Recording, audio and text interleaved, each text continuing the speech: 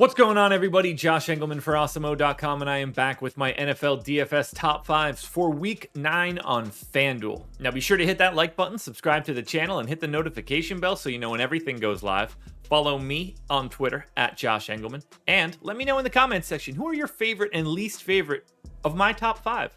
Finally, shout out to Jock Market for being the presenting sponsor of this video.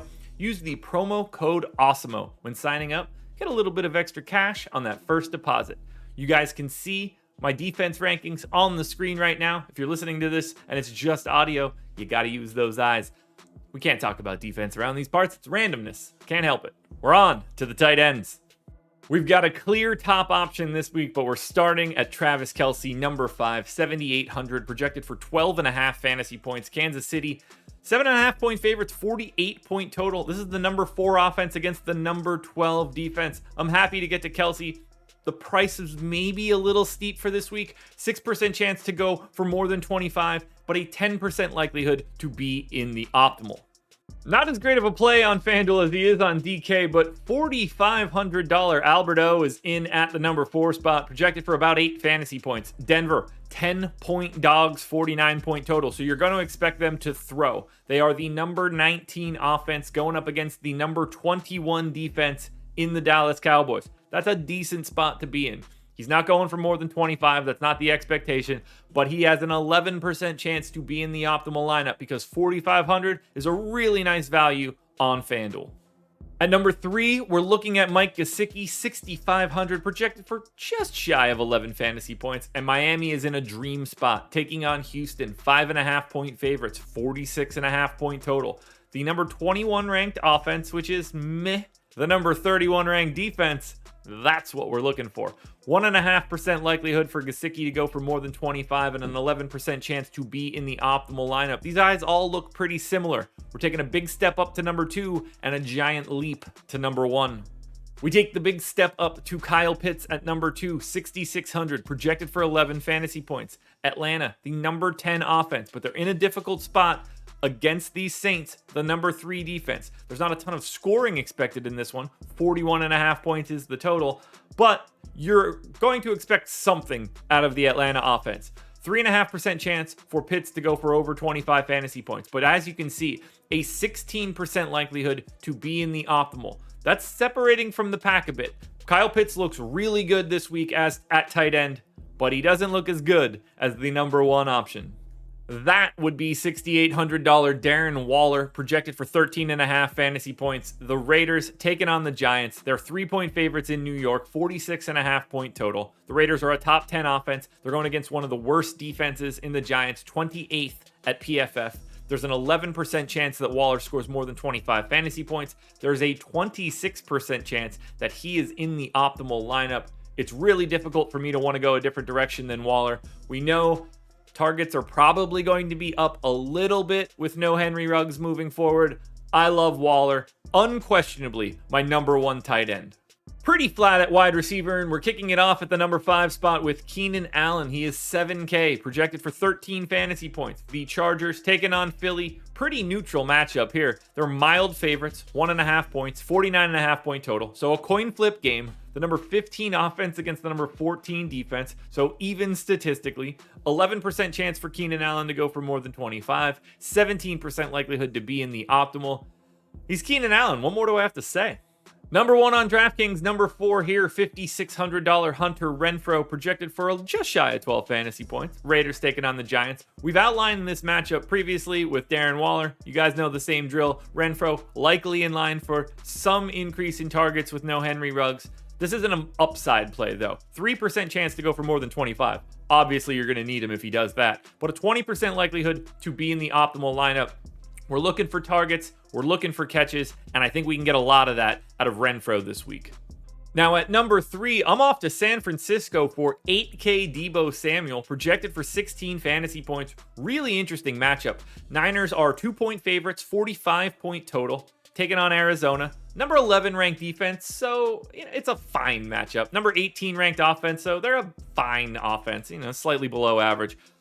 We're looking for big plays here out of Deebo Samuel, though. 26% likelihood to go for more than 25 fantasy points, and you guys know that this guy can get it from anywhere on the field. 20% chance for him to be in the optimal lineup. I'm more than happy to pay $8K for Deebo Samuel this week. At number 2, we are looking at Tyreek Hill. He's 8,500, projected for 15.7 fantasy points. He's got potentially even bigger upside than Deebo Samuel, and that's why we're seeing him here in this 2 spot. Chiefs, 7.5 point favorites, 48 point total against Green Bay, sans Aaron Rodgers. The number 4 offense, the number 12 defense. A 34% likelihood that Tyreek Hill scores more than 25 fantasy points. That seems about right. 1 out of every 3 weeks, it feels like he just breaks the slate. 24% chance to be in the optimal. I thought it was going to be enough, but he's 1% shy of the number 1 spot. And that spot goes to Stefon Diggs, 7,600, projected for 15, where Buffalo is expected to trounce Jacksonville. 14.5 point favorites. Yes, 2 full touchdowns against the Jags. 48.5 point total. The 6th ranked offense at PFF. The 29th ranked defense at PFF. The same ceiling we see for Hill and Samuel. 26% likelihood to go for more than 25 fantasy points. But at 7,600, you're just saving some money. 25% chance for Diggs to be in the optimal lineup. There's not much else to say. Against Jacksonville, you got to be getting Stefon Diggs. Big time separation at the top of the running back table, but we're starting with 9K. Austin Ekeler in the 5 spot. Chargers, 17.5 point projection for Ekeler. Chargers taking on the Eagles. We talked about them for Keenan Allen. It's a coin flip game across the board. The line is a coin flip. The offense, the defense matchup's a coin flip. The scoring should be there. 26% of the time, Ekeler goes for more than 25. You're probably going to need that to get him in the optimal lineup because 9K is no joke. But even at 9K, for Austin Ekeler to get into the optimal lineup, 15% of the time, there are going to be some big scores coming in here. We jump up now to number 4, $7,400 Joe Mixon, projected for 15.3 fantasy points. Cincinnati taking on Cleveland. Tough matchup. They are the favorites, 2.5 points in fact. 47 point total, that's fine. But this is a middle of the pack offense against the 2nd best defense in football. And that is a little scary. But I don't mind it for Mixon given his role and price. 14% chance that he goes for more than 25. 18% chance to be in the optimal. So you're probably looking at something anywhere north of 20 for Mixon, and you're happy with what you got. I think that's pretty reasonable. I don't know, 100 yards, a couple catches, a touchdown, and all of a sudden Joe Mixon is in an optimal lineup. That works enough for me. We jump up into the 20s for number 3, $6,300 Devonta Booker, projected for 13.3 fantasy points. The Giants are kind of in a good spot here. 3-point dogs, but it is at home. 46.5 point total. They're an average-ish offense going up against the slightly above average defense. This is the value play. 7% of the time, Devonta Booker is going to be, I almost called him Devin Booker. 7% of the time, Devonta Booker is going to go for more than 25 fantasy points. Obviously, you have to have him in those scenarios because he's so cheap. You don't necessarily need it. Honestly, somewhere in that 18 fantasy point range is going to work here. 21% of the time, Booker is in the optimal. Excellent option to pay down at running back this week. Number 1 on DraftKings. Number 2 here, Ezekiel Elliott, 8,200, projected for 16.8 fantasy points. Dallas is in a dream spot. 10-point favorites. Almost a 50-point total against the Broncos. They're the number 3 offense going up against the number 18 defense. Zeke's going for more than 25. 24% of the time. Pretty similar to his sim score. So that salary's telling you that you're probably going to need 23, 24, 25 from Zeke to really get it done. You're going to want some targets here, and since it's only a half-point PPR for FanDuel, volume is not going to be a problem for your eyes. You're going to need the yardage. You're going to need a score, but as a 10-point favorite and him likely being involved for the entire game, I think he looks fantastic. But he's not as good as my number 1 running back, and that is Myles Gaskin. Just 6,100, projected for almost 14 fantasy points. Miami, gonna get it done here. 5.5 point favorites with a 46.5 point total against a lowly Houston Texans team. The number 21 offense is whatever. The number 31 number 31 defense, however, that is exactly what we're looking for. Gaskin is way too cheap. If Miami gets out in front, he's going to have a monstrous second half. 8% chance to go for more than 25, but you don't need it at this salary. 20 will get you there. Hell, you could probably get there a little lighter than that because 6,100 against the Houston Texans gets Myles Gaskin into the optimal lineup 27% of the time, well ahead of every other running back on the slate.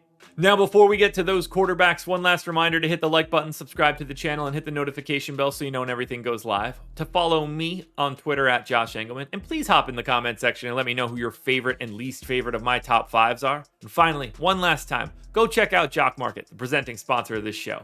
Closing it out at quarterback with, well, the first three guys are significantly less interesting than 1 and 2. Dak Prescott in at number 5, 7,900, projected for 21.5. Big time favorites against Denver. This seems like a really good spot for Dak. They're a great offense. 30% of the time he scores more than 25 fantasy points. That's not all that crazy because even when he does that, you're probably getting to a 30-point guy that's a lower salary option. But in terms of stacking with Amari Cooper, with CeeDee Lamb, with number 2 running back Ezekiel Elliott, plenty of different ways to go for Dak, plus some tight end options, but just a 7% chance to be in the optimal individually. I don't think that's all that important here. We're going to work our way up to even better quarterback options and potentially even better stack options.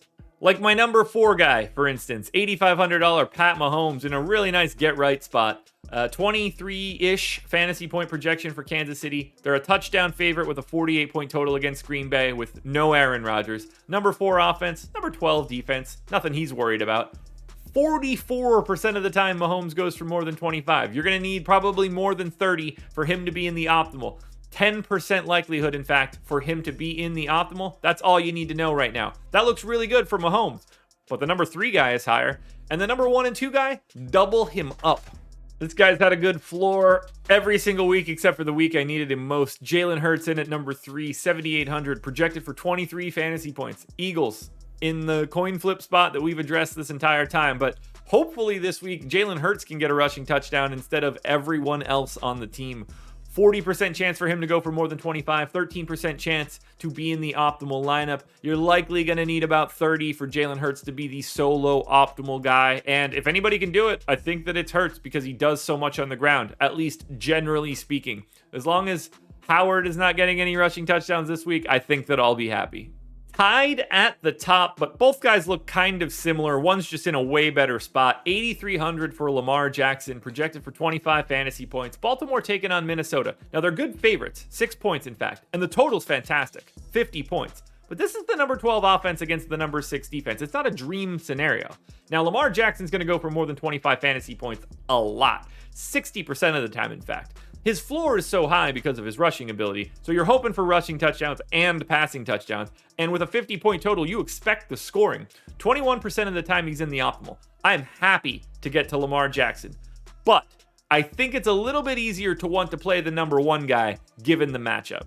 That number 1 quarterback is Josh Allen, 9K, projected for 26 fantasy points, taking on the Jags. 2 touchdown favorites, terrible defense, almost the same total as Lamar Jackson.